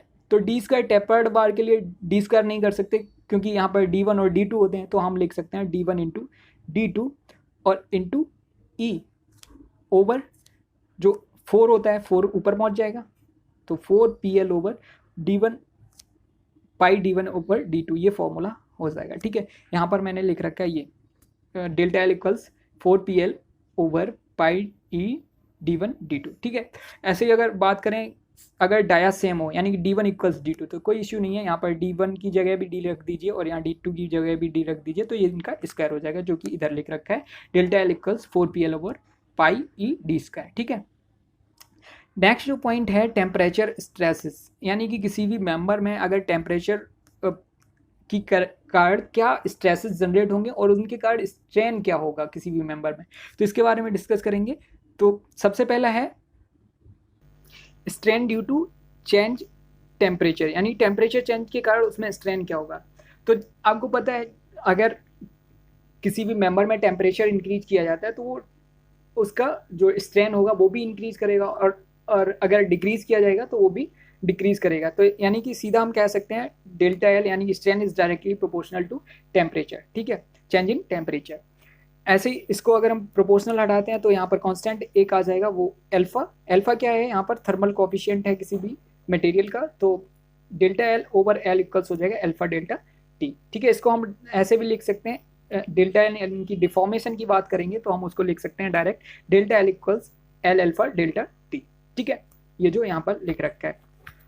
और अगर स्ट्रेस की बात करें तो स्ट्रेस क्या होता है ई इंटू स्ट्रेन, तो स्ट्रेन की जगह हमने रख दिया अल्फा डेल्टा टी और ई जो हमारा इलास्टिक कांस्टेंट है वो हमने रख दिया, तो हमारा स्ट्रेस का फॉर्मूला यहाँ से मिल गया। ठीक है, कुछ इंपॉर्टेंट केसेस हैं स्ट्रेसेस से रिलेटेड टेम्परेचर के कारण, तो वो देख लेते हैं। सबसे पहला है case first, when member is free to expand, यानी कि मेंबर एक्सपेंड कर सकता है जितना चाहे वो, अगर हम टेम्परेचर इंक्रीज कर रहे हैं डिक्रीज कर रहे हैं, एक्सपेंड करे चाहे वो डिक्रीज करे, फ्री है वो, एक साइड पर फिक्स है पर दूसरी साइड फ्री है। तो ऐसे केसेस में क्या होगा, जो टोटल स्ट्रेसेस उसमें जनरेट होंगे क्योंकि इस पर हम कोई फोर्स एक्सर्ट नहीं कर रहे, तो कोई टेम्परेचर स्ट्रेसेस इसमें टेम्परेचर के कारण जो स्ट्रेसेस होंगे वो कोई स्ट्रेसेस होंगे नहीं यहाँ पर, क्योंकि यहाँ पर एक्सपेंड कर सकता है कितना भी उसका जितना भी उस पर टेम्परेचर एक्सर्ट हो रहा है, कोई प्रॉब्लम नहीं है। ठीक है, अगर हम डिफॉर्मेशन की बात करें तो डिफॉर्मेशन क्या होगा, अभी हम बता चुके हैं delta L equals L alpha delta T जो फॉर्मूला ऊपर था। ठीक है, ऐसे नेक्स्ट केस सेकंड है, उसमें क्या है, member is rigidly held from both side, यानी कि दोनों साइड से अगर मेंबर को कुछ इस टाइप से फिक्स कर देते हैं कुछ इस टाइप से, तो क्या होगा, तो इस केस में क्या होगा, जो डेल्टा एल है वो जीरो होगा, यानी कि ये कहीं इंक्रीज या डिक्रीज तो कर नहीं सकता मेंबर, यानी कि डिफॉर्मेशन तो हो नहीं सकती इसमें, तो डेल्टा एल जीरो हो गया। ठीक है, बट जो स्ट्रेसेस होंगे वो जनरेट होंगे, स्ट्रेसेस कैसे जनरेट होंगे, वो क्या होंगे, वो होंगे ई अल्फा डेल्टा टी जो पिछले फॉर्मूले में है हम आपको बता चुके हैं। ठीक है, तो इसमें टेम्परेचर अगर हम इसमें भी दो केसेस हैं फर्दर कि अगर हम टेम्परेचर इंक्रीज करें तो क्या होगा मेंबर में, मेंबर पहले से ही फिक्स है। ठीक है, कुछ इस टाइप से मेंबर पहले से ही फिक्स है, अब हम टेम्परेचर अगर हम इंक्रीज कर रहे हैं तो क्या है, मेंबर एक्सपेंड करने की कोशिश करेगा अगर टेम्परेचर इंक्रीज कर रहे हैं, जब टेम्परेचर इंक्रीज कर रहे हैं ये मेंबर एक्सटेंड कर रहा है, तो इसका मतलब ये जो इसके फिक्स्ड पॉइंट है इसको कंप्रेस करेंगे, कंप्रेस करने के मतलब इस पर स्ट्रेसेस कैसे जनरेट होंगे, कंप्रेसिव स्ट्रेसेस। ठीक है, यहाँ से ये पॉइंट आपको याद रखना है, कंप्रेसिव स्ट्रेस इसमें जनरेट होंगे। अगर बात करें कि हम टेम्परेचर को डिक्रीज कर रहे हैं तो क्या होगा, जैसे कि ये मेंबर था टेम्परेचर डिक्रीज किया जा रहा है। तो ये कुछ इस टाइप से जो मेंबर है वो सिकुड़ने की कोशिश करेगा, और सिकुड़ने की कोशिश करने का मतलब ये है कि ये जो इसके फिक्स्ड पॉइंट है, फिक्स्ड एंड है, वो इसको टेंड करने की कोशिश करेंगे, और टेंड करने की कोशिश करेंगे जिसका मतलब ये है इस पर स्ट्रेसेस कैसे जनरेट होंगे, टेंसाइल स्ट्रेसेस जनरेट होंगे। यहाँ से इंपॉर्टेंट ये नहीं है कि आपको स्ट्रेसेस पता करने हैं क्या कितने होंगे और क्या होंगे, इंपॉर्टेंट ये है कि कैसे स्ट्रेसेस जनरेट होंगे, टेंसाइल या कंप्रेसिव, यही एग्जाम में ज़्यादा पूछा जाता है। केस थर्ड की बात कर लेते हैं। अगर एलोवेबल एक्सपेंशन हम AMM तक फिक्स कर दें, यानी कि इतना एक्सपेंड कर सकता है AMM तक, उसके बाद हम एक्सपेंड नहीं कर सकते, तो एक्सपेंशन हमारा जो पहले होता था डेल्टा एल, वो क्या था, एल अल्फा डेल्टा टी, और टोटल हमने A तक फिक्स कर दिया उसको, तो यानी कि इसके बाद एक्सटेंड नहीं कर सकता, तो टोटल जो एक्सपेंशन होगा वो -A कर दें, तो हमें मिल जाएगा फॉर्मूला टोटल डिफॉर्मेशन का। ठीक है, सिंपल सा फॉर्मूला है, क्या सिंपल सा लॉजिक है, आप निकाल सकते हैं। ऐसे ही अगर स्ट्रेन प्रिवेंटेड की बात करें, अगर हमें एक्सपेंशन मिल गया है तो स्ट्रेन की बात करेंगे तो डेल्टा L/L होता है, तो L अपॉन कर देंगे, बस हो गया फॉर्मूला हमारा L alpha delta T -A/L। ठीक है, यहाँ से ये क्या शो करता है, चेंज इन लेंथ और ओरिजिनल लेंथ, तो ये तो हम पहले ही स्ट्रेन से जानते हैं। ठीक है, और स्ट्रेस की अगर हम बात करेंगे तो स्ट्रेस में E का मल्टीप्लाई कर देंगे, वैसे ही फॉर्मूला मिल जाएगा E into L alpha delta T -A/L। ठीक है, यहाँ से फॉर्मूलेस आपको देख लेने कैसे आते हैं। ठीक है, और ये फॉर्मूला 1-2 बार पूछा गया एग्जाम में, तो इंपॉर्टेंट है, आपको याद रखना है। इसमें सारे जो पॉइंट्स मैंने शॉर्ट नोट में डिस्कस किए हैं वो सारे ही इंपॉर्टेंट हैं, कहने का मतलब सारे हमने प्रीवियस ईयर एग्जाम्स या प्रीवियस ईयर पेपर्स को देखते हुए रखे हैं और सारे पेपर एनालाइज किए हैं, तो काफ़ी इंपॉर्टेंट पॉइंट है, एक भी मिस नहीं करना है। अब इसमें भी अगर आप कुछ मिस करेंगे तो बहुत सोच लीजिए अपने बारे में, क्योंकि आप उसमें से मिस कर रहे हैं जो ऑलरेडी प्रीवियस ईयर में है, और ऑलरेडी वो पॉइंट्स हैं, वो टॉपिक हैं जो आने वाले हैं। अगर इसमें से भी आप छोड़ते हैं तो इसका मतलब ये है आपका ऑलरेडी ये 70% ही सिलेबस है, और उसमें भी आप अगर स्किप करना चाहते हैं तो आप अपने बारे में सोचना पड़ेगा आपको। ठीक है, अब देख लेते हैं कंपोजिट सेक्शन के बारे में। तो कंपोजिट सेक्शन मैं पहले ही बता चुका हूँ, बट टेम्परेचर का क्या इफेक्ट होगा किसी भी कंपोजिट सेक्शन पर, ये देख लेते हैं। फर्स्ट केस इसमें है कि अगर वो जो एंड्स हैं वो फिक्स हों किसी भी सेक्शन के, तो ऐसा कंपोजिट सेक्शन हो तो फिर क्या होगा। तो अगर मान लिया वो हैं इस टाइप के मेंबर, ये जो फर्स्ट एंड सेकंड दिखा रखे, और इन पर इनका थर्मल कोएफिशिएंट अलग अलग होगा, एक का मान लिया α1, एक का α2। अगर हम मान लेते हैं कि α1 इज ग्रेटर देन α2, जो कि यहाँ लिख रखा है, तो क्या होगा ऐसे केसेस में, टेम्परेचर अगर हमने इंक्रीज किया तो इस पर सेम वही केस होगा जो हमने पहले शो किया था कि टेम्परेचर इंक्रीज किया, उसके कारण ये टेंड करने की कोशिश कर रहे हैं, और टेंड करने की कोशिश कर रहे हैं तो इसके फिक्स्ड एंड इसको कंप्रेस करने की कोशिश करेंगे, तो इसमें कंप्रेसिव स्ट्रेसेस जनरेट होंगे। ठीक है, ऐसे ही अगर टेम्परेचर डिक्रीज करेंगे तो सेम वही केस होगा कि अगर ये डिक्रीज कर रहे हैं तो यानी कि ये कंप्रेस होने की कोशिश कर रहे होंगे, कंप्रेस होने की कोशिश करेंगे तो इनका जो फिक्स एंड है वो इसको टेंड करने की कोशिश करेंगे, यानी कि सेम पोजीशन में रखने की कोशिश करेंगे, तो स्ट्रेस कैसे जनरेट होंगे, टेंसाइल स्ट्रेस जनरेट होंगे। ठीक है, बी केस इंपॉर्टेंट है, आपको याद रखना है कि if one end of section is free, यानी कि एक एंड फ्री है और एक एंड फिक्स है, तो क्या होगा। तो ये इंपॉर्टेंट इसलिए है क्योंकि इसमें अलग अलग स्ट्रेसेस जनरेट होंगे, एक में टेंसाइल एक में कंप्रेशन। इस वजह से एग्जाम में बहुत बार पूछ लिया जाता है कि किस में इसके फर्स्ट रॉड में क्या जनरेट होगा, या फिर फर्स्ट जो मटेरियल है उसमें क्या जनरेट होगा, टेंशन या कंप्रेशन, और सेकंड में क्या। तो ऐसे क्वेश्चन से बन जाते हैं। तो अब देख लीजिए, अगर फर्स्ट केस है यानी कि अल्फा इज ग्रेटर देन α2, यानी कि इसका थर्मल कोएफिशिएंट ज़्यादा है, इसका थर्मल कोएफिशिएंट कम है, और अगर हम इस पर टेम्परेचर इंक्रीज करते हैं तो टेम्परेचर जैसे इंक्रीज करेंगे इसका थर्मल कोएफिशिएंट ज़्यादा है, तो इसका मतलब ये ज़्यादा एक्सपेंड कर जाएगा कुछ इस टाइप से जो इसमें दिखा रखा है, ये यहाँ पहुँच जाएगा। ठीक है, सेकेंड की बात करेंगे तो कम एक्सपेंड करेगा। तो अब क्या होगा, ये जो ज़्यादा एक्सपेंड कर गया है ये पीछे वाले मेंबर को टेंड करने की कोशिश कर रहा है, क्योंकि ये कंपोजिट सेक्शन है, एक अकेला तो भाग नहीं सकता, तो जितना भी डिफॉर्मेशन होना है साथ साथ होना है। तो इसका मतलब ये है कि किसी एक लिमिट तक जाएंगे, जो ये लाइन कर रखी है, जाएंगे तो सेमी लिमिट तक, बट जाएंगे कैसे, ये नीचे वाला जो मटेरियल वो इसको कंप्रेस करने की कोशिश करेगा तब, और ये इसको एक्सटेंड करने की कोशिश करेगा, नीचे वाला एक्सटेंड करने की कोशिश करेगा कंप्रेस करने की, और ऊपर वाला एक्सटेंड करने की। तो इसके कारण इसमें स्ट्रेसेस फिर कैसे जनरेट होंगे, ऊपर वाले में कंप्रेशन और नीचे वाले में टेंसाइल।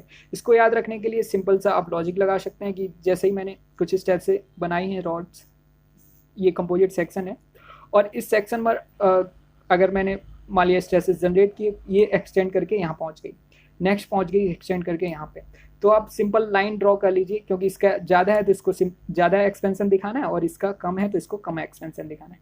एक सिंपल लाइन ड्रॉ कर लेनी है आपको बीच में, इन दोनों के एक्सपेंशन के बीच में, और फिर आपको इस लाइन तक इनको खींच के पहुंचाना है। तो इसको खींचना पड़ेगा यहाँ तक, इसको कंप्रेस करना पड़ेगा यहाँ तक, तो आपको पता चल गया कि इसमें कंप्रेसिव स्ट्रेसेस, इसमें टेंसाइल स्ट्रेसेस। ऐसे ही अगर नेक्स्ट केस की बात करें, α1 इज ग्रेटर देन α2, और इसमें अगर हम लगा रहे हैं स्ट्रेसेस जो हैं वो क्या है, इसमें टेम्परेचर डिक्रीज कर रहा है, तो सेम उसका रिवर्स केस हो जाएगा, इसमें टेंसाइल स्ट्रेसेस जनरेट होंगे, इसमें कंप्रेसिव। ठीक है, निकालने के लिए आपको सिंपल वही याद रख लेना है कि आपको उनका जो टोटल एक्सपेंशन है उसको देख लेना है और बीच में एक लाइन खींचनी है, फिर उसके बाद साइन लगा लेना है ये किसको किधर ले जा रहा है, और वैसे ही स्ट्रेसेस इसमें जनरेट होंगे। ठीक है, तो फर्स्ट चैप्टर कंप्लीट हो गया यहाँ तक, प्रॉपर्टीज ऑफ मटेरियल और जो स्ट्रेस स्ट्रेन डायग्राम था वो कंप्लीट हो गया।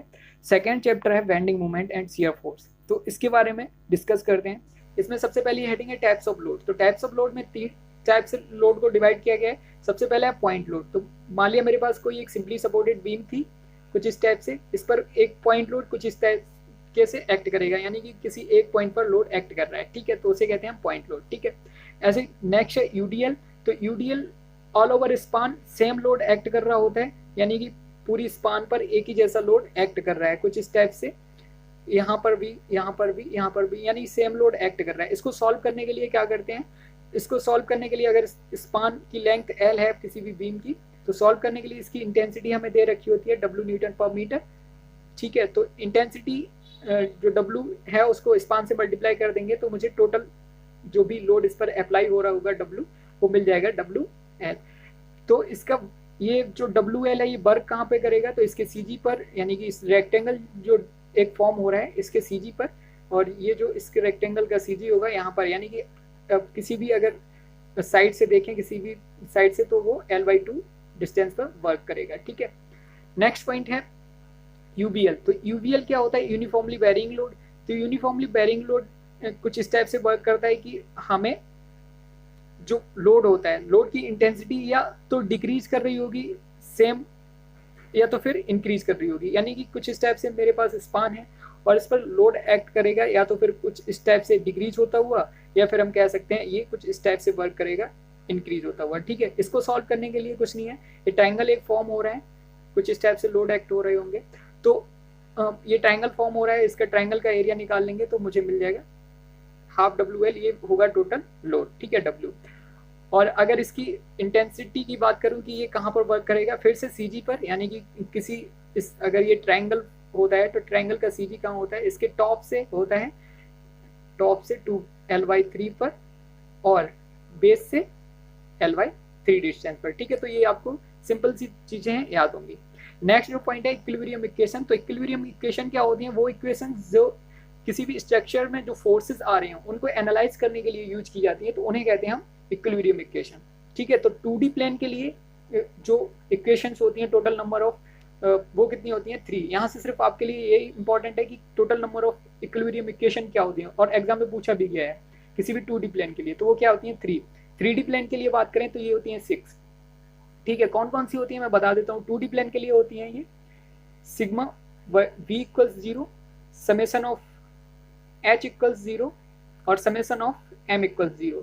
इसका मतलब ये है, V का मतलब वर्टिकल, H का मतलब हॉरिजॉन्टल, और M का मतलब मूवमेंट। ठीक है, तो sum of all vertical forces equals to 0, या फिर sum of all horizontal forces are equals to 0, और sum of all movement equals to 0। यहाँ पर जो सम मैं बात कर रहा हूँ तो वो होता है एल्जेब्रिक सम किसी भी इक्वेशन के लिए। ठीक है, ऐसे ही 3D इक्वेशन की बात करें तो वो होती है सिग्मा, क्योंकि 3D प्लेन में जो 3D प्लेन होता है यहाँ पर वर्टिकल एक्सिस और जो हॉरिजॉन्टल एक्सिस है उनको डिवाइड कर दिया जाता है x और y में। ऐसे ही इसके लिए हम वर्टिकल को लिख देते हैं bx, और y डायरेक्शन को by, और z डायरेक्शन को bz, यानी कि टोटल फोर्सेस को मैं लिखता हूँ sigma vx = 0, sigma vy = 0, sigma vz = 0। अगर मूवमेंट की बात करेंगे फर्दर हम इसको 3 डायरेक्शन में डिवाइड कर देंगे, sigma M X equals to 0 and sigma M Y equals to 0 and sigma M Z equals to 0, आप ऐसे लिख सकते हैं, ठीक है। तो ये हो गई total number of equilibrium equation for 3D। अब बात करते हैं next, types of supports and reactions. Types of various types of supports कितनी हो सकती हैं और 4 टाइप से सब उनका जो रिएक्शंस होगा वो कितनी जनरेट होगी, ये आपको याद रखना है। सबसे पहले फिक्स्ड सपोर्ट, तो किसी भी कोई भी कुछ इस टाइप से मेंबर है, मान लिया ये कैंटिलीवर बीम है, तो इसका एक सपोर्ट फिक्स होता है, ये से कहते हैं फिक्स सपोर्ट, ये जो आपको दिखाई दे रहा है। फिक्स सपोर्ट में total number of unknown reactions होती हैं 3। तो total number of unknown reaction से आप क्या समझते हैं? अननोन रिएक्शंस वो सबसे पहले तो रिएक्शन आपको पता होनी चाहिए। रिएक्शन का मतलब होता है अगर कोई भी स्ट्रक्चर हम लोड लगा रहे हैं और उसको रजिस्ट कर पा रही है तो वो रिएक्शन जनरेट करेगी, ऐसा हमें पता है। तो इसका मतलब ये है कि एक फिक्स्ड बीम अगर हम उस पर किसी भी टाइप का लोड लगा रहे हैं, चाहे वो हॉरिजॉन्टल लगाएं चाहे वर्टिकल लगाएं और या फिर उस पर मूवमेंट लगाएं, वो सबको रजिस्ट कर सकती है। यानी कि तीनों चीजें रजिस्ट कर रही है। टोटल अननोन रिएक्शंस क्या होंगी? Vertical forces and horizontal forces and movement, 3। तो ये हो गया फर्स्ट के लिए। सेकंड की बात करें, हिंज या पिन सपोर्ट। तो हिंज या पिन सपोर्ट क्या होती है? कुछ इस टाइप से आपने अगर दरवाजे में देखा होगा तो उस सपोर्ट को हम क्या कहते हैं? दरवाजे में जो सपोर्ट होता है हिंज या पिन सपोर्ट। ये क्या है? ये मूवमेंट को रजिस्ट नहीं करता है, जैसा कि आपको पता है गेट मूव कर सकता है कुछ इस टाइप से राउंड राउंड, बट ये वर्टिकल फोर्सेस को रजिस्ट कर सकता है और हॉरिजॉन्टल फोर्सेस को रजिस्ट कर सकता है। यानी कि धक्का देने के बाद gate move round round move करता है, ऐसा तो नहीं है निकल के बाहर जा सकता है, हॉरिजॉन्टल या वर्टिकल एक्सिस पर नहीं जा सकता। तो इसमें total number of unknown reactions कौन कौन सी होंगी? Vertical and horizontal. Total number कितना हो गया? 2, ठीक है। नेक्स्ट है रोलर सपोर्ट। रोलर सपोर्ट कुछ इस टाइप से होती है, यहाँ पर कोई ऐसी रोलर सपोर्ट होती है। ये रोलर सपोर्ट क्या है? अगर हम इस पर हॉरिजॉन्टल फोर्सेस लगाते हैं तो हल्का सा मूव कर सकती है, और अगर इस पर मूवमेंट लगाते हैं तो इसको भी रेजिस्ट नहीं कर सकती, बट ये ओनली वर्टिकल फोर्सेस को रेजिस्ट करती है, इसलिए इस पर total number of unknown reaction 1 होती हैं, आपको याद रखना है। ऐसे ही फोर्थ बात करें स्लाइडर की, तो स्लाइडर के 2 केस हो सकते हैं, या तो वर्टिकली रखा गया हो या फिर स्लाइडर का केस आप शटर समझ सकते हैं। शटर जो यूज करते हैं सिंपली दुकानों में दरवाजे के लिए, तो वो या तो वर्टिकल हो सकती है या फिर हॉरिजॉन्टल हो सकती है, उनमें कुछ इस टाइप से रोलर पड़े हुए होते हैं। तो ये होती है स्लाइडर। तो स्लाइडर को अगर मैं यहाँ से फोर्स लगाता हूँ वर्टिकल, तो ये रजिस्ट कर लेगा। Total number of unknown reaction की बात करेंगे तो अगर इस पर मूवमेंट लगाता हूँ कुछ इस टाइप से तो ये मूवमेंट को भी रजिस्ट कर लेगा, बट अगर इस पर हॉरिजॉन्टल फोर्स लगाएंगे तो ये रजिस्ट नहीं कर सकता। तो total number of unknown reaction कितनी होगी? 2, ठीक है। कौन कौन सी? Movement and vertical forces. अगर इस केस की बात करें, ऐसी कुछ शटर है, तो फिर क्या होगा? इसमें total number of unknown reaction तो 2 ही होंगी, एक तो मूवमेंट हो गया और दूसरा हॉरिजॉन्टल फोर्सेस हो गए, बट ये वर्टिकल फोर्सेस को रेजिस्ट नहीं कर सकती, यानी कि उसके हिसाब से ये मूव कर सकती है, ठीक है। नेक्स्ट पॉइंट है टाइप्स ऑफ बीम। तो टाइप्स ऑफ बीम के बारे में सबसे पहले ये पता होना चाहिए आपको कि डिटर्मिनेट बीम और इनडिटर्मिनेट बीम होता क्या है। यानी कि 2 टाइप से क्लासीफाई किया जाता है बीम को, डिटर्मिनेट और इनडिटर्मिनेट। डिटर्मिनेट बीम हम उस बीम को कहते हैं जैसे इक्विलिब्रियम इक्वेशन जो अभी मैंने बताई थी 3D और 2D प्लेन के लिए, वो उनके द्वारा सॉल्व की जा सकती है अगर कोई भी बीम, तो उसे कहेंगे हम डिटर्मिनेट बीम। ऐसे अगर इनडिटर्मिनेट बीम की बात करें तो वो बीम जो इक्विलिब्रियम इक्वेशन के द्वारा सॉल्व नहीं की जा सकती, उसके द्वारा उसके फोर्सेस को एनालाइज नहीं किया जा सकता, तो उसे हम कहेंगे इनडिटर्मिनेट बीम। ऐसे अगर सिंपली सपोर्टेड बीम की बात करें तो वो सिंपली सपोर्टेड बीम कुछ इस टाइप से होती है, और इसमें total number of unknown reactions क्या होती हैं? Only vertical and horizontal forces. अब मेरे पास इन दोनों के लिए इक्विलिब्रियम इक्वेशन है और मेरे पास जो total number of unknown reactions कितनी है? 2, तो हम इसको सॉल्व कर सकते हैं, डिटर्मिनेट बीम होगी। ऐसे कैंटिलीवर बीम को भी हम सॉल्व कर सकते हैं बाय इक्विलिब्रियम इक्वेशन, ये भी हो गई इसका एग्जांपल डिटर्मिनेट बीम का। यहाँ से आपको ये याद रखना है कि डिटर्मिनेट बीम में कौन कौन सी बीम आती हैं, तो ओवरहैंगिंग बीम, कैंटिलीवर बीम और सिंपली सपोर्टेड बीम। ये पूछ लिया जाता है डायरेक्टली, 4 बीम दे रखी होंगी, इसमें से कौन सी डिटर्मिनेट बीम है, 3 इनडिटर्मिनेट दे दी जाएंगी और 1 डिटर्मिनेट, तो फिर आपको बताना होगा कौन सी डिटर्मिनेट बीम है, ठीक है। ऐसे ही नेक्स्ट पॉइंट है इनडिटर्मिनेट बीम का। तो इसमें कौन कौन सी बीम आती है? फिक्स्ड बीम, प्रॉप्ड कैंटिलीवर और continuous beam. Propped cantilever beam के बारे में थोड़ा सा दिखा देते हैं हमको। प्रॉप्ड कैंटिलीवर बीम कुछ इस टाइप से होती है, कुछ इस टाइप से। यहाँ पर एक सपोर्ट रहता है फिक्स, और उसके बाद ये थोड़ा सा ओवरहैंग पोर्शन रहता है, और यहाँ पर एक रहता है इसका ओवरहैंग पोर्शन हो ना हो, बट यहाँ पर जो होता है वो होता है आपका हिंज या पिन सपोर्ट, ठीक है। तो एक एंड इसका फिक्स है, दूसरा एंड हिंज या पिन सपोर्ट है, तो इससे भी कैंटिलीवर, ये प्रॉप्ड कैंटिलीवर बीम कहलाती है। ऐसी कंटिन्यूअस बीम क्या होती है, इसमें 3 या 3 से अधिक सपोर्ट्स दिए जाते हैं, तो ऐसी बीम को हम कंटिन्यूअस बीम कहते हैं। ठीक है, नेक्स्ट पॉइंट है मूवमेंट एट अ सेक्शन। देखिए सबसे पहले तो यहाँ से आपको जानना जरूरी है कि मूवमेंट और बेंडिंग मूवमेंट में क्या डिफरेंस होता है। अगर किसी सेक्शन पर बेंडिंग मूवमेंट की बात करें तो वो नेट मूवमेंट होता है due to all the loads either from right और फ्रॉम लेफ्ट, यानी कि हमने किसी भी पॉइंट पर अगर बेंडिंग मूवमेंट निकालना है तो हम क्या करेंगे, चाहे लेफ्ट से या फिर राइट से टोटल मूवमेंट ले लेते हैं, टोटल मूवमेंट नहीं नेट मूवमेंट ले लेते हैं, चाहे वो राइट से या लेफ्ट से।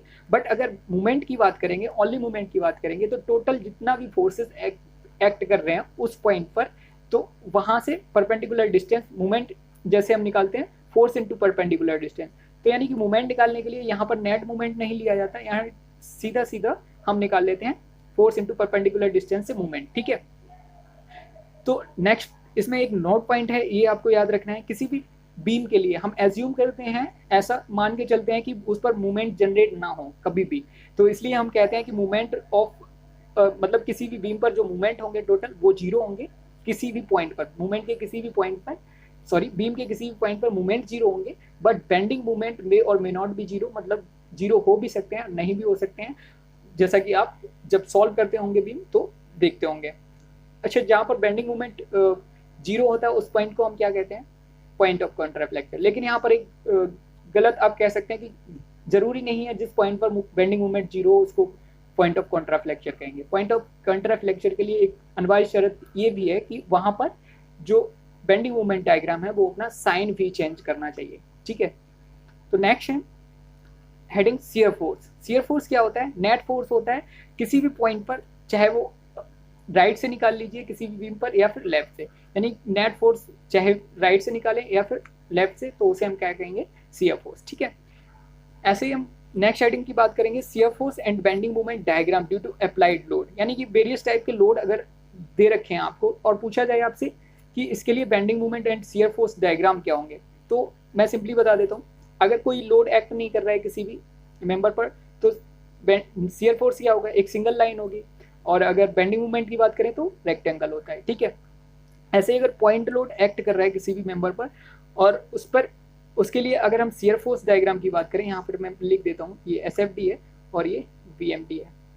तो शियर फोर्स डायग्राम की अगर इस केस में बात करें, पॉइंट लोड एक्ट कर रहा है तो वो क्या होगा, रेक्टेंगल होगा, और अगर बेंडिंग मूवमेंट डायग्राम की बात करें तो वो क्या होगा, ट्रायंगल। मैं साइन बना दे रहा हूँ हर एक चीज के लिए साइन।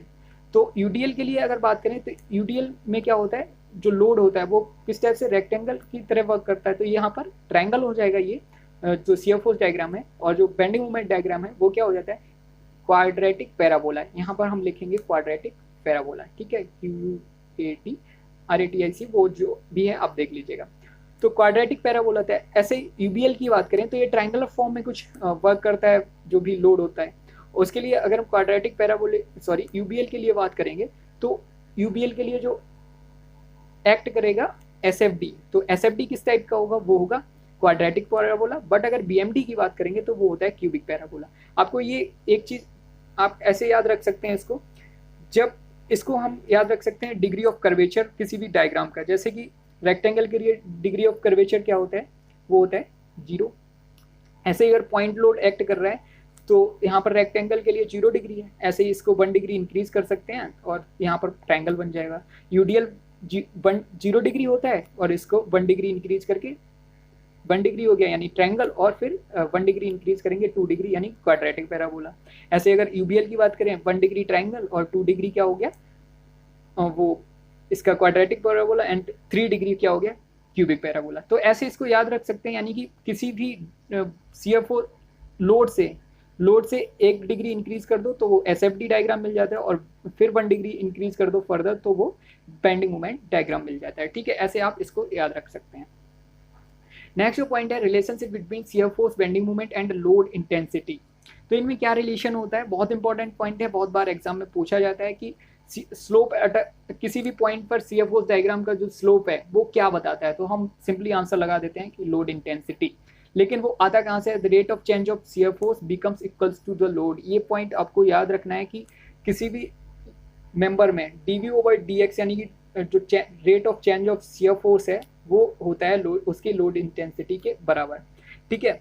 और मैंने पहले ही बता दिया किसी भी पॉइंट पर शियर फोर्स डायग्राम का जो स्लोप है वो आपको क्या बताएगा, लोड इंटेंसिटी के बारे में, ठीक है।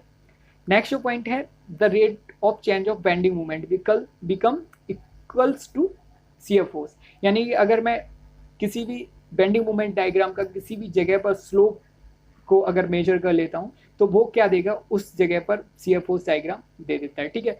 यहाँ पर माइनस साइन नहीं है, आपको बस इतना याद रखना है, वहां पर लोड इंटेंसिटी पर माइनस साइन है, ठीक है। तो नेक्स्ट देखते हैं क्या है।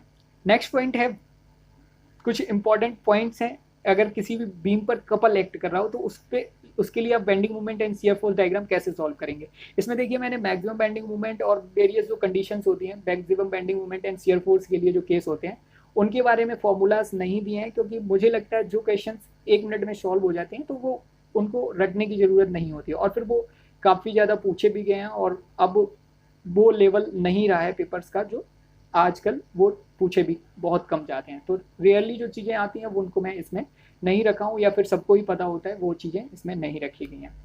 तो नेक्स्ट जो है, when a beam is subjected to couple, किसी बीम पर अगर कपल एक्ट कर रहा हो तो क्या होगा। तो सिंपल सी बात है, कपल क्या होता है, एक तरह का मूवमेंट होता है। तो किसी भी बीम पर अगर क्लॉकवाइज कपल लग रहा है तो directly bending movement diagram increase करता है। सडन जंप होता है बेंडिंग मूवमेंट डायग्राम अगर क्लॉकवाइज है, अगर एंटी क्लॉकवाइज मूवमेंट कपल लग रहा हो तो क्या होगा, सडन ड्रॉप होता है बेंडिंग मूवमेंट डायग्राम में। बस यही आपको याद रखना है। कुछ केसेस हैं वो मैं आपको दिखा देता हूँ। केसेस क्या, इसमें सॉल्व करने का एक तरीका मिल जाएगा आपको कैसे सॉल्व करेंगे। जैसे कुछ इस टाइप से यहाँ पर आपको दिखा रखा है, इस डायग्राम में देख लीजिए। यहाँ पर अगर ये 20 किलो न्यूटन लोड लग रहा है, इस लोड के कारण यहाँ पर एक मोमेंट जनरेट हो रहा होगा। तो ये मोमेंट कितना जनरेट होगा, तो मोमेंट का आपको फॉर्मूला पता है, फोर्स इंटू परपेंडिकुलर डिस्टेंस, यानी कि 20 इंटू 2 हो जाएगा, 40 किलो न्यूटन ये मोमेंट जनरेट होगा, 40 किलो न्यूटन मीटर, ठीक है। और जो अगर बात करें, ये जो 20 किलो न्यूटन फोर्स है, इस फोर्स के कारण इस पर एक जो ऊपर से फोर्स भी एक्ट करेगा 20 किलो न्यूटन का, ठीक है। तो ये है फोर्स एक्ट करेगा यहाँ पर। तो जो यहाँ पर बना रखा है डायग्राम ऊपर वाले का ही जो सॉल्व किया हुआ रूप है, ठीक है।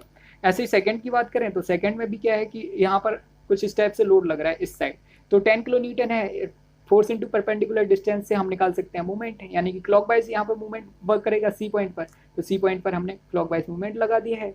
और कितना होगा 10 इंटू 2। और जो फोर्स है वो यहाँ पर एक्ट नहीं करेगा, क्योंकि फोर्स नीचे की तरफ वर्क नहीं कर रहा है, वो इस साइड वर्क कर रहा है, ठीक है। ऐसे ही बात करें इस पॉइंट की, तो इसमें भी same anti clockwise movement act कर जाएगा, और 10 जो किलो न्यूटन फोर्स लग रहा है वो भी उसी पॉइंट पर सी पॉइंट पर एक्ट करेगा। तो ये सारा आप देख लीजिए, कुछ नहीं है, सॉल्व करने में से आराम से सॉल्व कर सकते हैं। अब दो इंपॉर्टेंट केसेस हैं जो एसएससी की फेवरेट हैं, इससे क्वेश्चन आता है, हर बार आता है, भले ही आपके सेट में ना आए लेकिन किसी ना किसी सेट में इनसे क्वेश्चन जरूर आता है। ये क्या है, दो केसेस, किसी भी सिंपली सपोर्टेड बीम पर अगर कपल एक्ट कर रहा हो, कहीं पर भी बीम के किसी भी पॉइंट पर कपल एक्ट कर रहा हो, तो पूछा जाता है कि उसके लिए शियर फोर्स डायग्राम क्या होगा। तो आपको हमेशा याद रखना है ऑलवेज रेक्टेंगल होगा, और अगर बेंडिंग मूवमेंट डायग्राम पूछा जाए तो ऑलवेज ट्रायंगल होगा, ठीक है। और अगर आपसे यहाँ से पूछा जाता है कि maximum bending movement maximum shear force कितना होता है, तो वो M/L होता है। कैसे सॉल्व करना है वो इसमें दे रखा है, मैं यहाँ पर बताने वाला नहीं हूँ, ठीक है। ये शॉर्ट नोट है, ऐसा नहीं है कि मैं यहाँ पर आपको ज़्यादा कुछ समझाऊँ।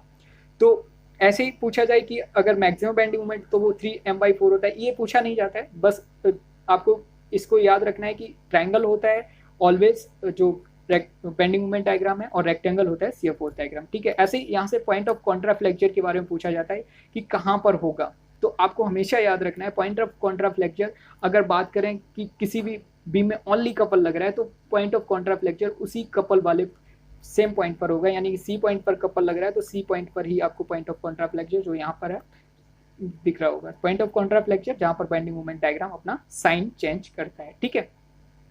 ऐसे ही इसको सॉल्व करने की ट्रिक है वो आप देख लीजिए, यानी कि अगर आपको कपल दे रखा है और अब बीम की जो स्पान है वो दे रखी है, तो आपको उसको रेशियो से सॉल्व कर सकते हैं। कैसे, जैसे कि मिनिमम बेंडिंग मोमेंट आपसे पूछ लिया जाए डायरेक्ट, तो आप निकालने नहीं बैठेंगे वहाँ पे कितना होगा, आप डायरेक्ट क्या करेंगे, बीम का रेशियो निकाल लीजिए स्पान का। यानी कि अगर L1 इक्वल दे रख, कुछ ऊपर वाले डायग्राम में हम देख लेते हैं।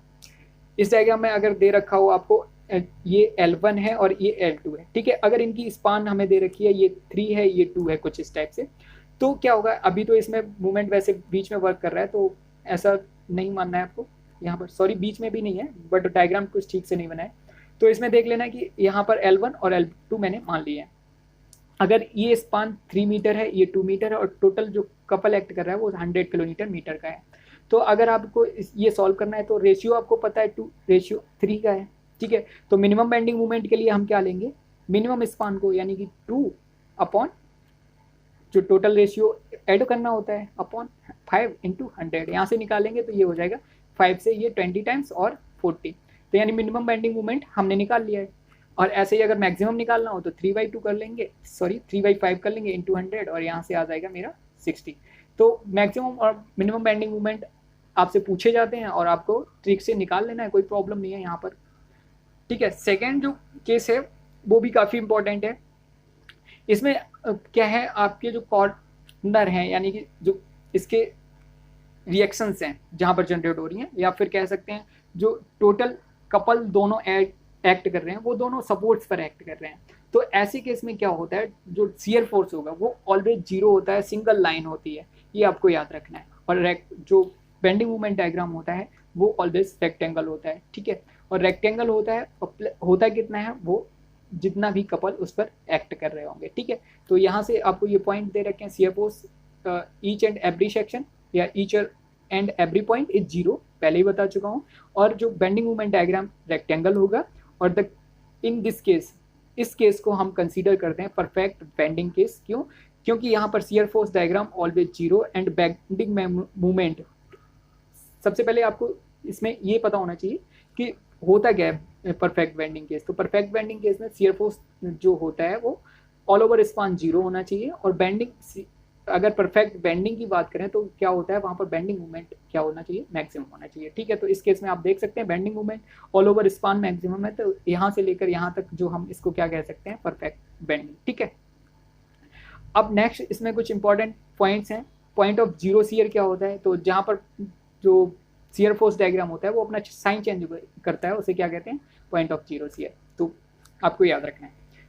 और इसमें ये भी याद रखना है कि जहाँ पर शियर फोर्स डायग्राम अपना साइन चेंज करता है, यहाँ पर कह सकते हैं कि शियर फोर्स की वैल्यू 0 होती है, जरूरी नहीं है वहाँ पर जो बेंडिंग मूवमेंट डायग्राम मैक्सिमम हो, मैक्सिमम और मिनिमम कुछ भी हो सकता है, ठीक है।